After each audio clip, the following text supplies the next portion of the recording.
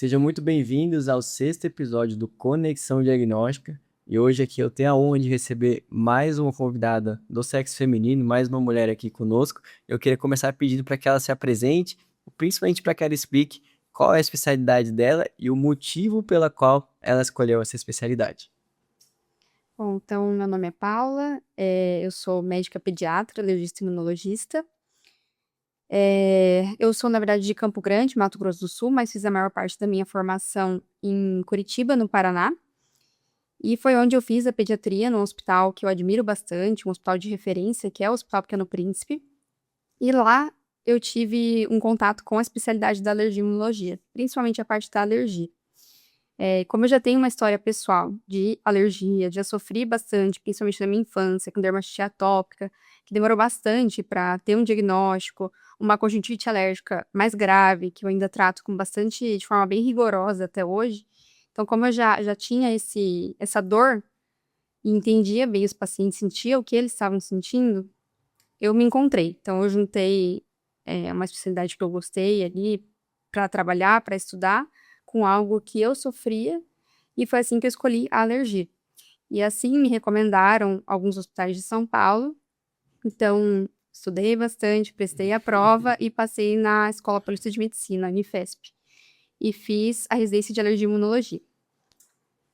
Isso, e aí até entrando nesse ponto, Paulo, eu queria te perguntar quais são os principais tipos de alergia que existem. Eu sei que esse é um universo bastante amplo, mas quando a gente fala, por exemplo, de alergia alimentar, que eu sei que é um tema até bastante alto, que recentemente a gente teve um caso de um óbito de um influencer famoso que infelizmente acabou sofrendo desse caso, queria te perguntar quais são os principais tipos de alergia alimentar, se tem alguma recomendação específica que você possa dar para os pacientes para prevenir a alergia alimentar. Então, eu queria que você comentasse um pouquinho, até se você puder falar ali, olhando para a câmera para o pessoal entender, sobre essa questão da alergia alimentar.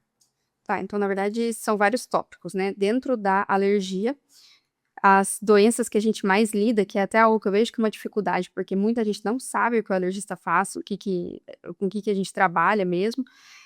Então, as principais doenças são a asma, a rinite de doenças respiratórias, conjuntivite alérgica, dermatite atópica, dermatite de contato, urticária, inchaços, reação a medicações e, sem dúvida, uma das principais procuras é por alergia alimentar. Dentro da alergia alimentar, falando de forma um pouco mais técnica, a gente tem dois tipos de alergia, basicamente, que é a alergia mediada por IgE e a não mediada por IgE. Aquela mais conhecida de filme, de fazer inchaço, aplicar adrenalina, é a mediada por IgE, que é uma alergia imediata. Então, os sintomas acontecem em poucos minutos e até 2 horas depois da exposição.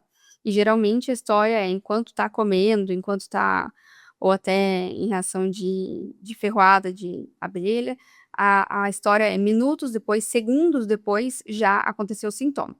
Os sintomas, então, como são imediatos, geralmente é aqueles de placa no corpo, inchaço, tosse, vômitos, mas são sintomas rápidos, ou hipotensão, tontura, desmaio. Dentro disso, então, desses sintomas rápidos e desse tipo de alergia alimentar, a gente tem aqueles alimentos que são mais associados com esse tipo de alergia. Então, os potencialmente alergênicos: leite, ovo, peixe, camarão, amendoim, castanhas. E dentro do que você falou, do rapaz, né, que era alérgico a camarão e acabou comendo caranguejo porque não sabia que poderia ter essa reação cruzada, não tinha a caneta de adrenalina e veio a óbito. Então, o que é importante a gente atentar? Você não tem que sair excluindo tudo da dieta, claro, né? Mas existem alimentos que fazem reação cruzada. E camarão geralmente está associado, os crustáceos estão associados com reações mais graves e mais persistentes. Geralmente começa ali em infância ou adolescência e persiste na vida adulta, diferente de outras alergias como o leite, o ovo.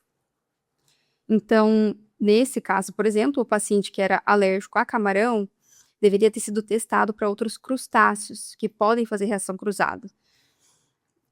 Outros frutos do mar também podem fazer reação cruzada, mas principalmente os crustáceos.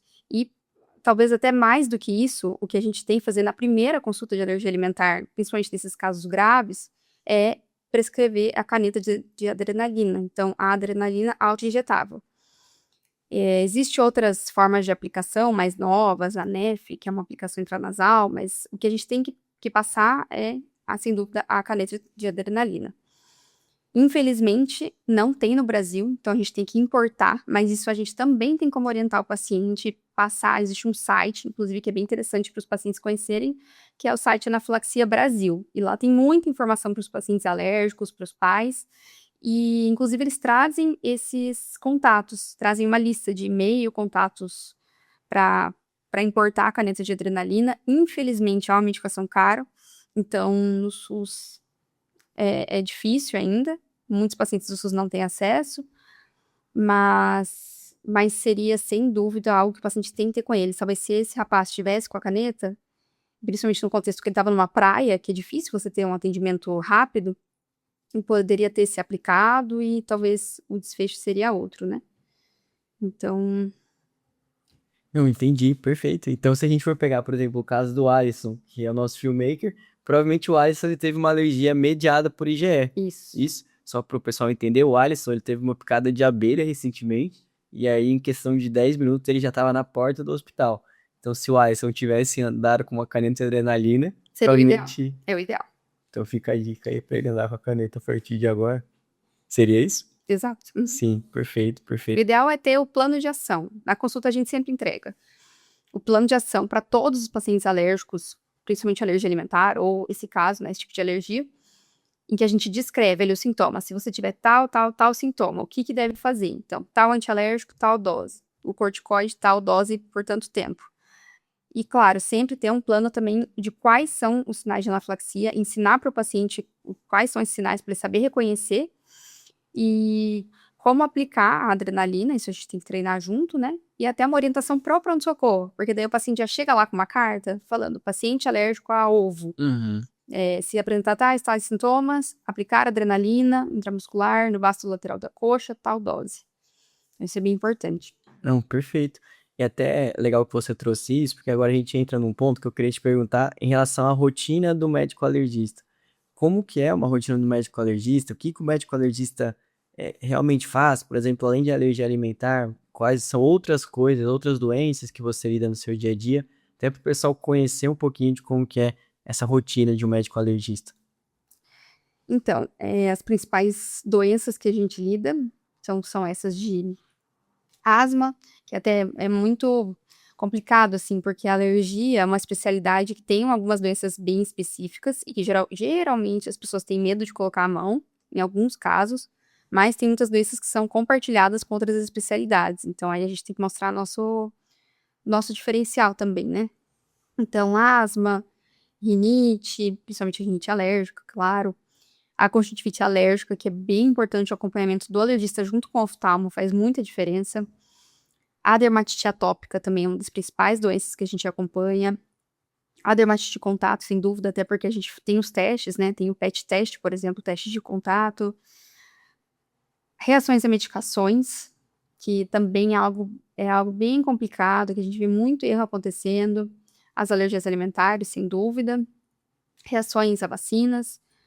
E, claro, talvez eu tenha esquecido alguma coisa da alergia, mas que é muito deixado de lado, a imunologia. Então, pacientes com imunodeficiências, principalmente, e às vezes, assim, as pessoas acham que imunodeficiência ou é uma imunidade baixa, que pega uma gripe e acha que vai se resolver com a vitamina C, ou é um paciente que está muito, muito, muito grave. E não, na verdade, o eliminato da imunidade, né, as imunodeficiências, tem uma variedade de doenças muito grande, e sintomas que às vezes são negligenciados, o paciente vai e volta de pronto-socorro, então pacientes com febre recorrente, com diarreia crônica, que ninguém pensa num alergista imunologista nessa hora, mas pode ser uma doença da imunidade.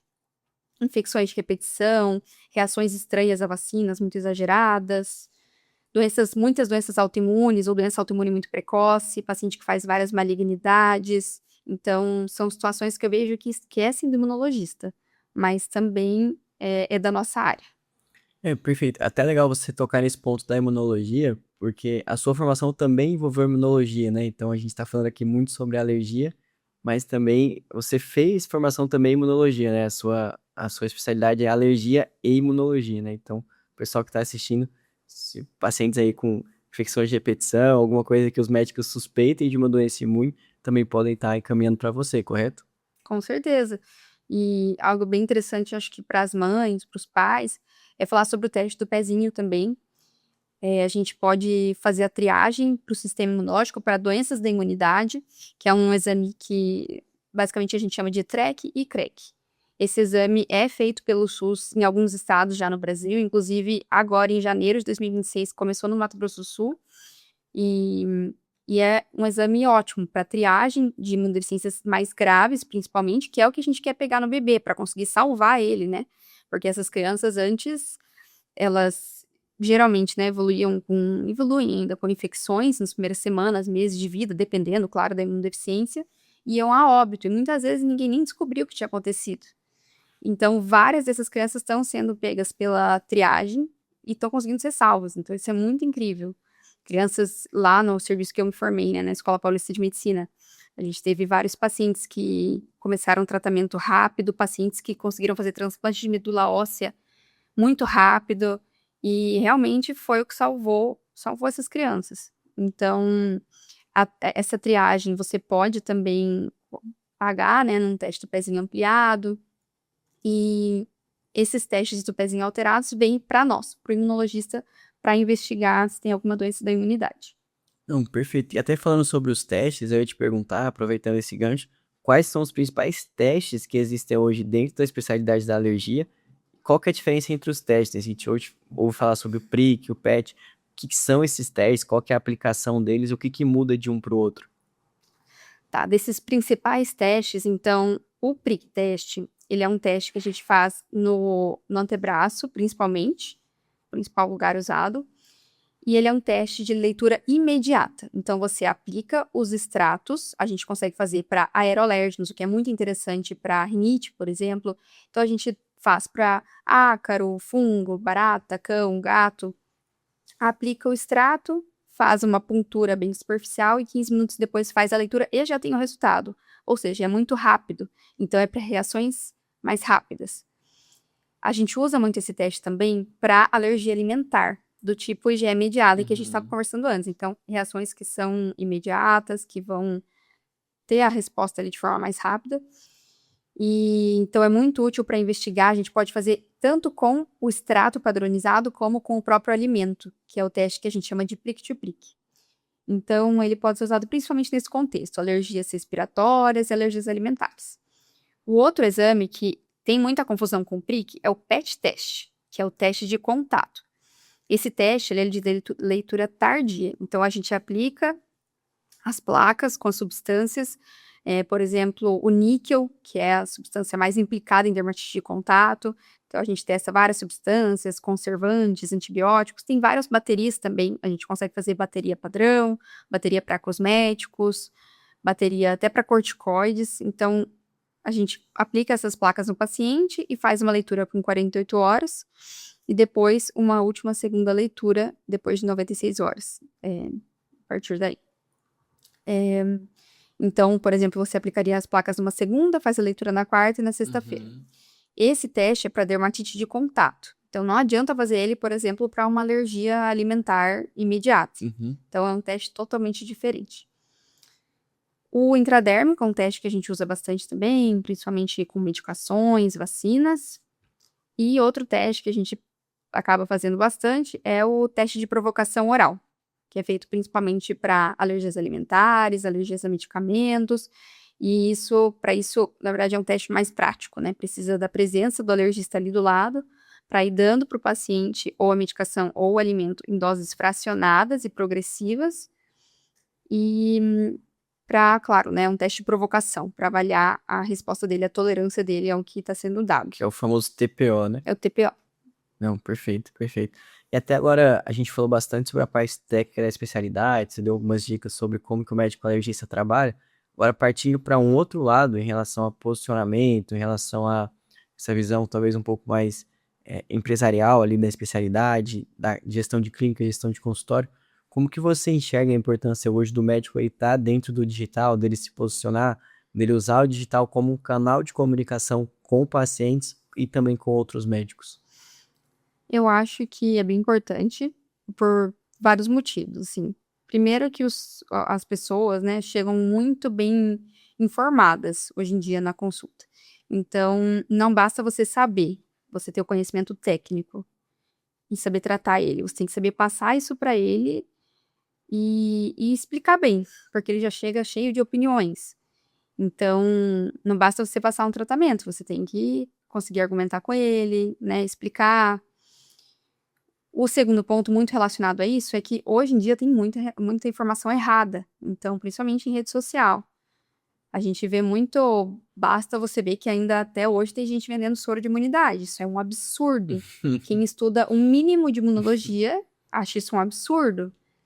Então, enfim, fazer isso, no mínimo, a pessoa não tem o estudo, né, o conhecimento, ou é o charlatanismo. Então, você precisa ter um bom posicionamento para ir contra isso, que é o que eu faço muito no meu Instagram, eu sou muito contra isso, e meu objetivo é informar as pessoas para evitar que elas passem por esse tipo de situação de gasto, de ansiedade, de estresse desnecessário por uma informação errada.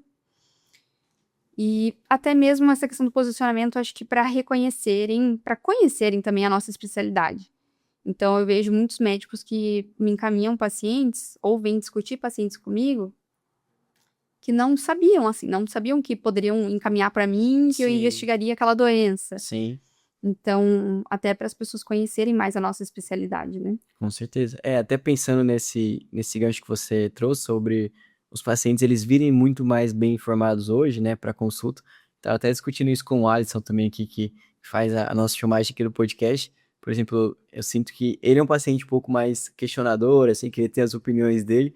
E até antes eu estava aqui explicando para ele sobre alguns exames de ultrassom, né, ele até perguntou para mim, por que você não faz ultrassom, por que você não faz tomografia para todo mundo? Por que tem que fazer ultrassom? Então é muito interessante, por exemplo, o médico hoje, ele entender que ele tem que se preparar para ter pacientes com mais conhecimento sobre o que ele tem, principalmente pacientes mais questionadores, né? Então, acredito que seja muito um papel nosso como médico também, entender que o paciente mudou e que a gente também tem que se adaptar a isso, certo?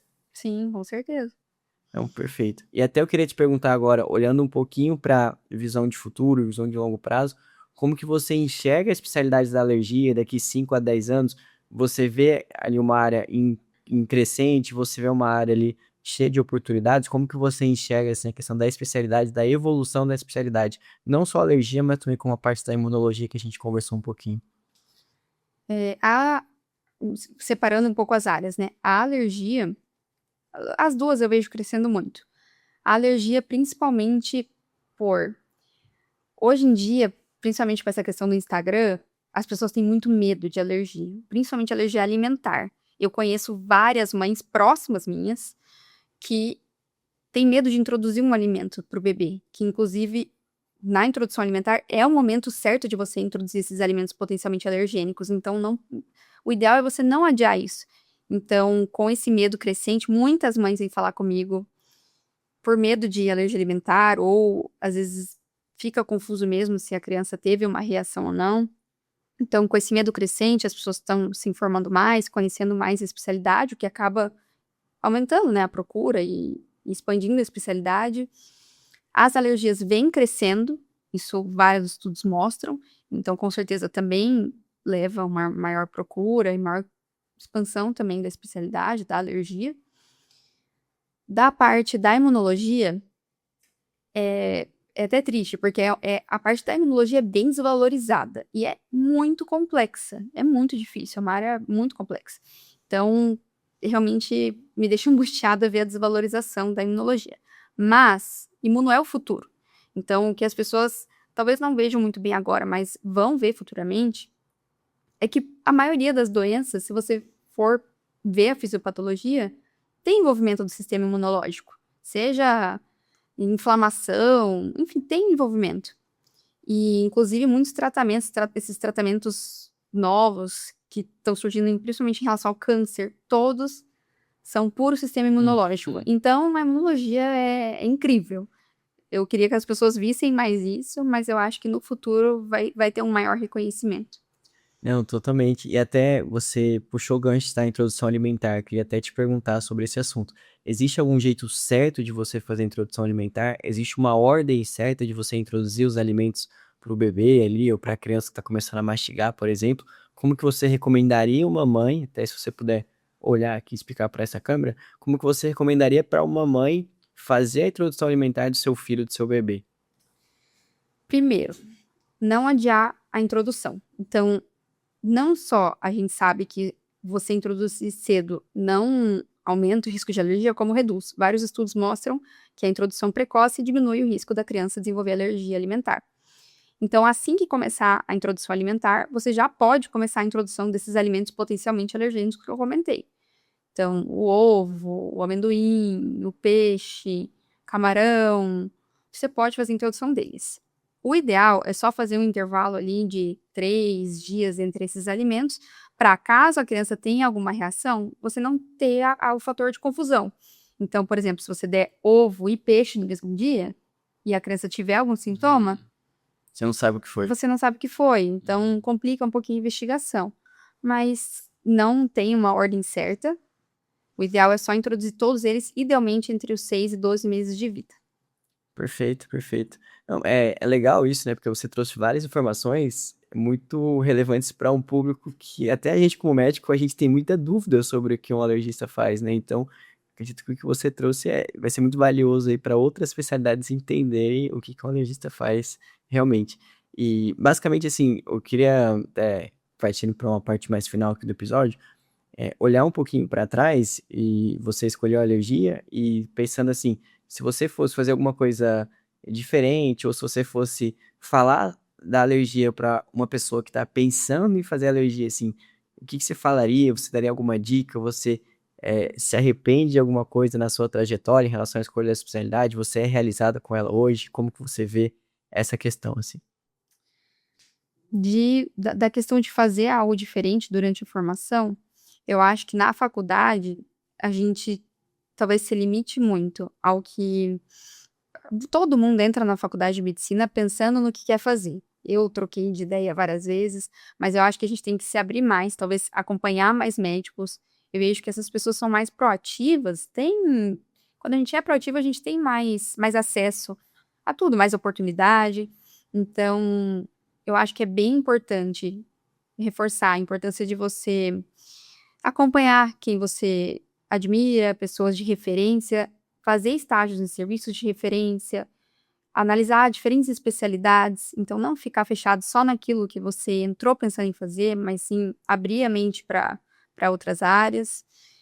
Mas assim, da minha parte, eu sou bem realizada, porque na alergienologia eu me encontrei muito. É algo que eu amo estudar. E eu amo atender a alergienologia, amo fazer os testes. E acho que isso também faz toda a diferença no nosso atendimento, né? Quando a gente gosta do que está fazendo. É, totalmente, né? Até porque, assim, geralmente quando você escolhe uma especialidade, isso tende a ser aquilo que você vai fazer o resto da vida, né? Claro, você pode mudar, pode voltar atrás, pode recomeçar, mas, assim, acredito que, até para quem tá ouvindo, se você é estudante de medicina e vai escolher uma especialidade, o que eu falaria para você é esteja aberto a conversar com quem já passou por aquilo que você tá passando ou vai passar nos próximos anos. Então, por exemplo, sei lá, quero fazer medicina do sono, por exemplo. Tu vai lá, acompanha o cara que faz medicina do sono, entende como que é a rotina dele, né? Isso é uma coisa muito importante, porque às vezes a gente escolhe a especialidade baseado só no coração e não entende exatamente como que é a rotina da especialidade, né? Então, entende se, por exemplo, vai dar plantão, se vai conseguir dormir em casa, qual que é a frequência de plantões médios da especialidade, porque isso vai te poupar de você se frustrar com a sua escolha ou ser realizado lá na frente. Então, essa seria uma dica que eu te daria.